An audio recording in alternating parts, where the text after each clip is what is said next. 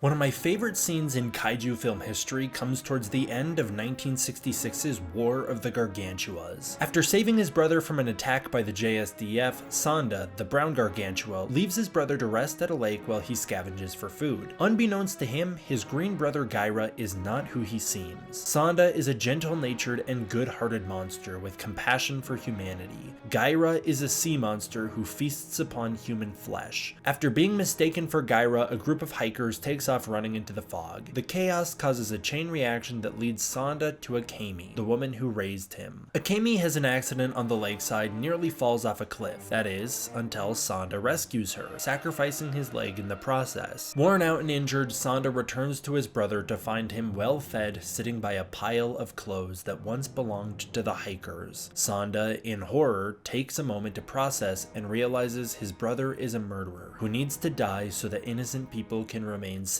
Sanda makes the emotional decision to act upon his anger and attacks his brother, only to find out that he's no match for him. Coming to his senses, Sanda tracks Gojira down in Tokyo and pleads for him to stop. Hoping to avoid further conflict and find a peaceful resolution, Sanda does everything he can to prevent more damage from being caused. Once he realizes that isn't an option, he settles upon a battle to the death, and that is exactly what happens. Both kaiju tear each other apart until they are eventually consumed by a volcano. War of the Gargantuas doesn't just have one of my favorite scenes in kaiju film history, but it's one of my favorite kaiju movies ever made. The film has a far stronger emotional core and is more well executed than even many other Godzilla films. But the thing that makes this movie so solid isn't its human cast of fairly bland scientists. It's the powerful emotional core that is built around Sanda, Akemi, and Gojira. This is one of the first kaiju films to truly treat the kaiju as characters by giving them personalities, wants, desires, and needs. Sanda wants nothing more than to have companionship,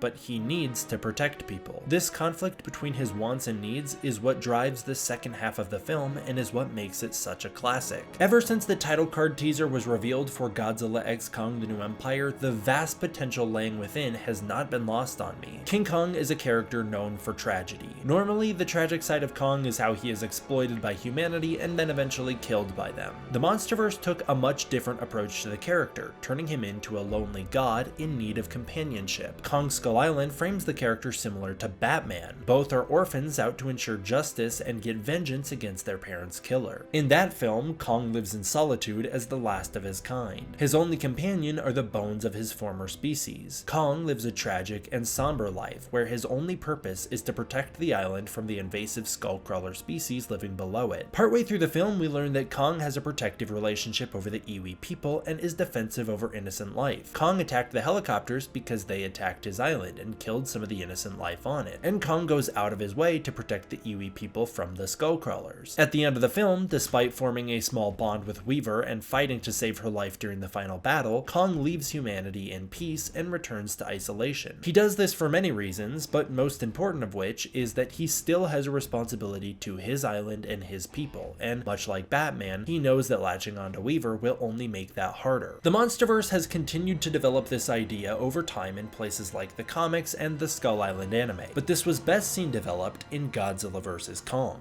Kong's island has been destroyed, the Iwi killed. Much like himself, Kong found Gia as the last of her kind and took her in to protect her. This was his mission, and he formed a strong bond with her. But 55 minutes into the film, we see just how deeply Kong's loneliness runs. Kong, stranded in Antarctica and just having lost a fight with Godzilla, is at an all-time low. He doesn't trust the people that got him into this situation and is unwilling to go into the cave to find the Hollow Earth entrance. That is, until Gia tells him that his family might be inside. While Kong has companionship with Gia, it's on a scale that is impossible to fathom. She is so small and he is so far removed from her that it isn't a relationship that is truly meaningful to him on a deeper level than just the desire to protect her. While Kong empathizes with Gia's struggle, he can't relate to her in any meaningful way. 55 minutes into the film, Kong makes his first active choice of the movie. Prior to this, he had been reacting to things around him, such as the Hollow Earth containment grid, Godzilla, and and the humans. Upon hearing that there is a slight chance he could find companionship in the Hollow Earth, Kong sprints towards the portal without hesitation, moving quicker than he ever has before. Once in the Hollow Earth, Kong wipes through the warbats and continues in search of his ancestral home. His first sign that he's on the right track comes while he's at the gravity inversion, when he sees the leaping stone carved into the shape of a hand. As Kong makes the jump, he reaches out and touches it, symbolizing his desire to find connection. Then Kong arrives at his temple, where he sees a door carved into a rock wall that could have only been created by something as large and capable as himself. As he gets closer to the door, he sees a handprint on it that he once again reaches out to touch. Kong enters the temple and discovers a throne room, a statue of something that looks like himself, and an axe left behind by one of his ancestors. This is the first time Kong has had any meaningful link to his heritage since his family died in front of his very eyes, and Kong, feeling the gravity of the situation, accepts the holy axe and sits upon the throne as if to fulfill his destiny. Then Godzilla goes and ruins it. Kong is revived, and again we see how deeply he longs for connection, as he gets super excited to see Gia. Once she explains to him that Mechagodzilla is the real problem, Kong saves Godzilla and they set their differences aside after a brief team-up. Both monsters have learned to respect one another and go their separate ways. Kong returns to the Hollow Earth and feels happier than ever, with a whole new world of possibilities. This is where we arrive at Godzilla X Kong: The New Empire. This film sees Kong, now settling into his position as the potential king of the Hollow Earth, discovering for the first time ever someone like himself. Kong comes face to face with a child who seems to be a crossbreed between his species and a similar species. Kong having a son in films is nothing new, dating all the way back to Kong's debut year of 1933. But this is the first time Kong will ever be able to properly meet and interact with a child. From there, it seems Kong will follow the child deeper into the Hollow Earth until he discovers a slave colony of his people and an opportunity for true meaningful connection. Kong, being the fish out of water, seems to misunderstand the situation only to come face to face with the Scar King, a predator that feeds upon other titans and seems to be a vicious war leader that has forced this colony of apes into submission. There is so much potential within this storyline to have one of the most well-developed kaiju characterizations ever put to film. Based on the red fur and the scars on Zuko's face, it seems that he is the victim of an abusive father, the Scar King. This gives Kong the opportunity to have a more personal relationship with the child and makes his fight to protect him all the more impactful. And Kong liberating his people from an oppressive dictator is an amazing idea that adds a more obvious altruistic level of depth to the character. It has always been there since Kong Skull Island, but it hasn't been fully explored. A storyline where Kong meets for the first time ever a tribe of his own already sets the grounds for an amazing story. But what could be even more impactful is if he misunderstands the situation and winds up causing problems for them. Due to his presence, Scar King lashes out and punishes the other apes, doing battle with Kong until he's defeated, and as a result, Kong is rejected by his people and forced back into his lonely existence with Monarch. The defeat Kong suffers is far more devastating than just his arm getting injured. It's an emotionally crushing defeat, as the thing he's been searching for his entire life has just rejected him outright. When the initial teaser for the film was revealed, I thought an amazing storyline could see Kong meeting Scar King and forming a bond with him, not realizing how dangerous the Titan is. Over the course of the film, Kong must confront the fact that this Titan is a bad thing and is threatening Gia and everything Kong loves. Much like Sonda, Kong's story would be an emotional and deeply tragic one, where he realizes his wants and needs conflict. By defeating Scar King, Kong is able to save his people, save the child, and claim the title once and hopefully for all as King Kong. During this, Kong would realize that his found family is far more valuable than any blood connections he may have, as he realizes how much Monarch, Eileen, and Gia mean to him, and he also realizes how valuable his partnership with Godzilla is. His reward in this case would be his newly adopted son, who he can raise to be better than his father. It seems Godzilla X Kong won't dive into the full depths of this storyline potential, as Kong's first meeting with the Scar King appears to be in the Kingdom of the Apes, where Kong is likely to do battle with the monster right away. This could still be very exciting, but I hope they find a way to do this satisfying enough so that it still has some of the emotional weight many of us fans have been hoping for. The loss of a potential bond between Kong and Scar King would be pretty sad, as it has so much depth. There are still subtle elements of ironic tragedy introduced through this plotline, as Kong's first meaningful interaction with what he thinks is his own species comes when he touches the handprint on the temple door. Now it's being revealed that handprint is the mark of the Scar King, as he claims his territory. It's even possible the temple is only vacant because Scar King killed the inhabitants and imprisoned the survivors. These are the types of reveals that would be amplified through an emotional connection between Kong and Scar King. Either way, Godzilla X Kong has positioned itself to have a well-developed kaiju story with some amazing emotional payoffs if done right. Some have criticized the trailer for being a shallow Planet of the Apes exact copy, and while the parallels are clearly there, that isn't outright a bad thing. Caesar's relationship with Koba was one of the most compelling dynamics put to film. While you lose the dialogue between the apes, the presence of Gia and our other Monarch characters could still help to support the film's storyline with a perspective that the audience can relate to easier. As it seems, Gia might be undergoing a similar storyline in the film as well. Adam Wingard has taken the bold step in making Kong the main protagonist of his films. With Godzilla vs. Kong, that worked to great effect, as Kong's storyline is by far the most engaging aspect of the movie, and his struggle against Godzilla and eventual redemption against Mechagodzilla were made all the more impactful as a result. With Godzilla X Kong, it seems things are being taken to the next level, and I can only hope that they will be pulled off with even greater results. The potential is there. Much like Kong, all they have to do is reach out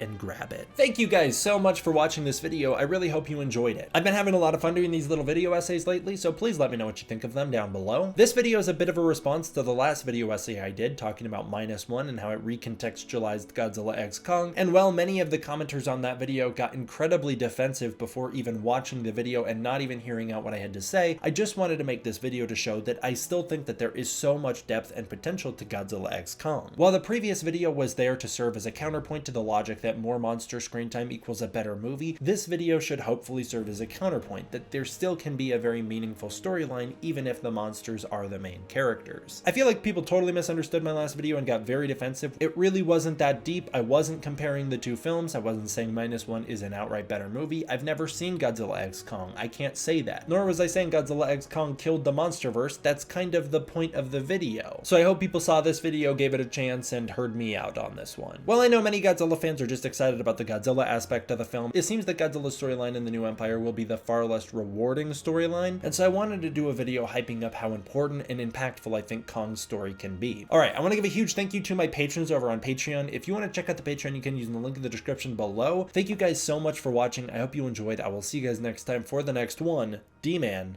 out.